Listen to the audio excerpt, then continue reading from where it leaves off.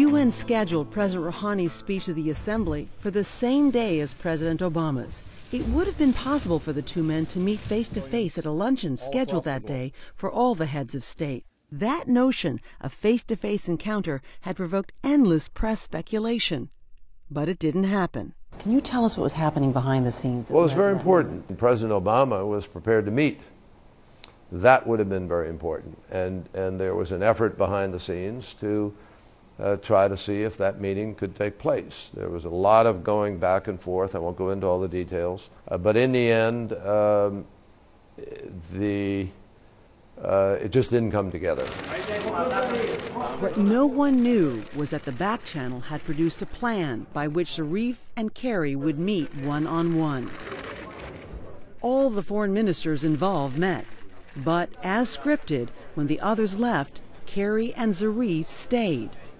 The waiting press, counting ministers, quickly realized that something extraordinary was going on. The first meeting of the two countries at that level in decades. A full half hour went by before John Kerry finally emerged. Foreign Minister Zarif came and made a presentation to us which was very different in tone and very different in the vision that he held out with respect to the possibilities of the future. What happened in that room that mattered most? I think the articulation of seriousness of purpose on both sides. This is a threading of a needle that's a very narrow, opening. Didn't try to find the hardest spots and the toughest words, and it was one that was attempting to open the possibilities, not shut them off.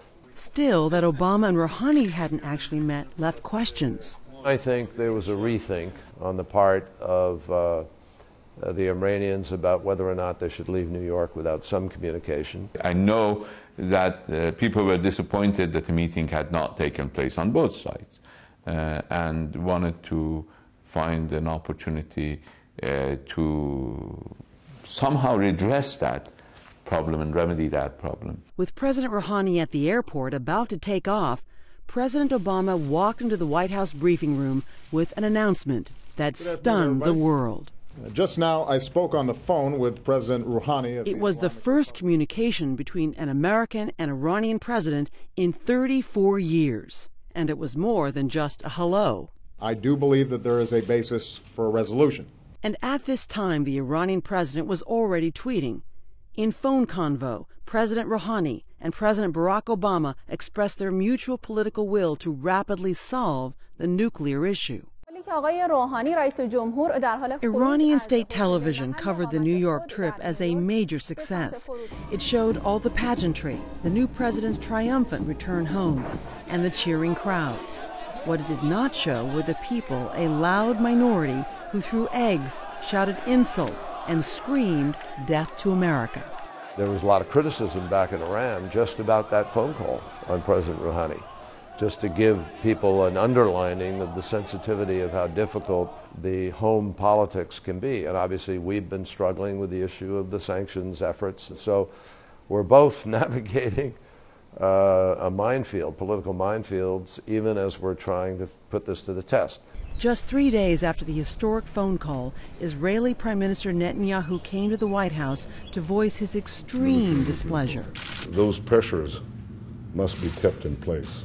That has put a credible military threat and strong sanctions, I think, is still the only formula that can get a peaceful resolution. His pressure succeeded in keeping Obama's threat of a U.S.-Israeli attack alive. As President of the United States, I've said before, and I will repeat, that we take no options off the table, including military options. Unfortunately, we saw that in a couple of days' time, when he received Netanyahu in the White House, he changed his tone. And since you're talking about tweets, I tweeted that such sudden changes do not help foster confidence. September 30, President Obama needs consistency to promote mutual confidence. Flip-flop destroys trust and undermines U.S. credibility. If the United States could invade Iran, if the United States could use force against Iran, it would have done that a long time ago. The fact is that the military option is not on the table because it's not an effective option. That has been extremely unhelpful. Not that people are afraid of it, but that people do not want to be faced with a situation that they are threatened. Many in Congress said President Obama was being duped by Iran. Senator Marco Rubio said that without significantly increased pressure, Iran would threaten not just Israel, but the United States. Otherwise, I truly believe that at some point in the future, we are going to wake up to the news that Iran has tested a nuclear weapon. And we may find ourselves stuck with the reality that they have the ability to put that weapon on a missile that can reach the United States.